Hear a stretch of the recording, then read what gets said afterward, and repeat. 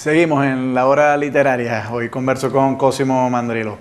Cosimo, tienes una carrera bastante polifacética. Además de crítico literario, has sido poeta y además de eso, autor de literatura infantil. Y aquí tenemos varios libros de este género escritos por Cosimo. El Woman Azul de Tío Pisi. Esta es una edición en portugués y castellano porque también el título es O Woman Azul do Tío Pisi en portugués. El árbol de jugar y uno que ha salido recientemente por la editorial El Perro y la Rana, Un campesino hermoso y con bigotes. ¿De qué tratan estos temas, estos libros en la literatura infantil? Son temas variados, ¿no? El árbol de jugar es un relato de ficción que cuenta acerca de la relación de un grupo de niños con el entorno donde viven y con el área de juego y con una actividad colectiva para defender ese espacio frente a eso que llamamos erróneamente el progreso, la tecnología, etc.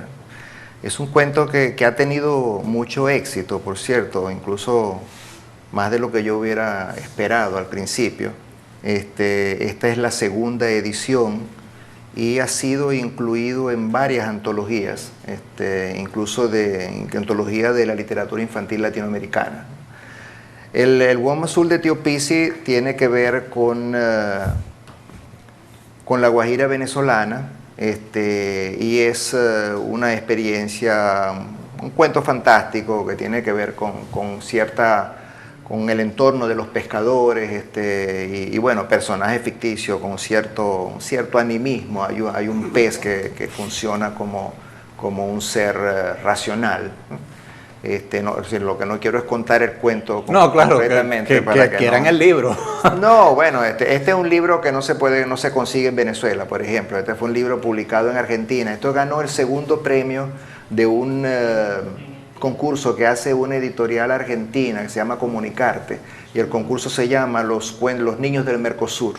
Entonces ganó el segundo lugar y lo publicaron allá, por eso está publicado en español y en Brasil y en portugués, porque se lo distribuyen en Brasil, pero a Venezuela no llegó. Por desgracia la edición no circuló en Venezuela, ¿no? Claro. Bueno, y el caso del último libro, Un campesino hermoso y con bigote, tiene que ver con la figura de un abuelo y su nieto, y la despedida y las transiciones de un espacio geográfico a otro, de un país a otro. Un poco lo que hablábamos al principio con el poemario Migra, ¿no? Tiene mucho que ver con un componente autobiográfico, supongo. Tiene un componente autobiográfico, sin duda, sí. Claro, ¿cómo se hace para contarle una historia a un niño y cómo difiere de la manera en que se le cuenta a un adulto? Mira, eso es una reflexión muy compleja, es decir, y hay muchas propuestas, ¿no? En todo caso, uno sabe lo que no tiene que hacer, ¿no? Lo que no hay que hacer es ponerse pedagogizante, para empezar, antes que nada, ¿no? Es decir, el niño se aburre con eso, me imagino. Esas cosas de esos cuentos que ya el que lo está escribiendo sabe que al final lo que quiere es que el niño aprenda a cepillarse los dientes, ya eso están encaminados al fracaso, ¿no? Lo otro es determinar un lenguaje que sea legible por los niños sin ser un lenguaje para tontos, ¿no? Es decir, los niños no son tontos. Los niños son mucho más avispados e inteligentes de lo que uno piensa, ¿no?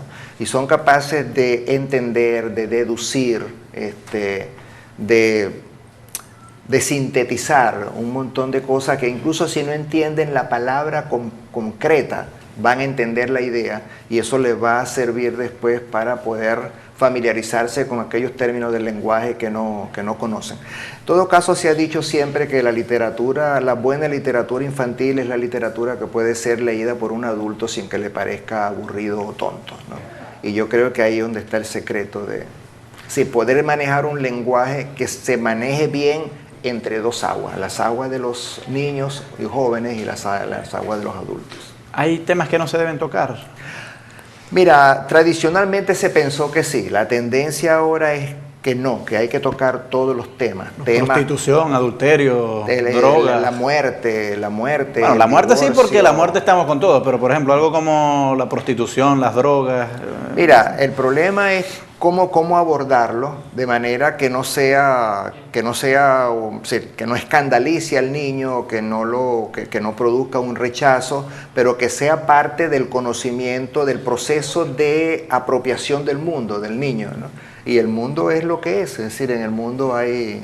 Ahora, es una opción de cada autor de literatura para niños, pero repito, la tendencia en este momento es que no haya temas tabú en la literatura. Bueno, pero presumo que un conservador dirá que el mundo está como está precisamente por incorporar temas de esos, ¿no? Y que más bien no, tradicionalmente no se incorporaron, ¿no? Sino que se pretendía tener al niño como bajo una campana de cristal y que de repente después alguien levantara la campana y se estrellara contra una realidad que no tenía nada que ver con lo que le habían pintado. No, los niños tienen que ir familiarizándose con el entorno y con los grandes temas, ¿no? Temas que tradicionalmente, por ejemplo, el tema de la guerra, ¿no? Es un tema que mucha gente, incluso porque ha tenido experiencias personales o ha tenido ancestros que han tenido experiencia directa con la guerra, han encontrado maneras de contar la guerra a los niños.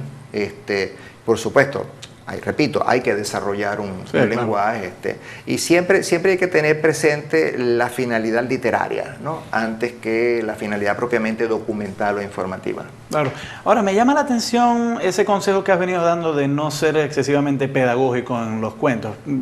Yo de niño, por ejemplo, disfrutaba mucho las fábulas de Esopo. Y me gustaban precisamente por la función pedagógica que tenían. Es decir, estas historias al final sirven el propósito de que, bueno, que uno no debe decir una mentira, de que uno debe ayudar a los demás, etcétera. ¿Por qué esa oposición a que tenga una función pedagógica? Yo no creo. Esopo lo hizo también. No, exactamente, ahí es donde está el secreto, que lo hizo bien, y lo hizo bien porque era un escritor de literatura, no porque era un moralizante. No creo que te gusten las fábulas de Esopo por la moraleja final.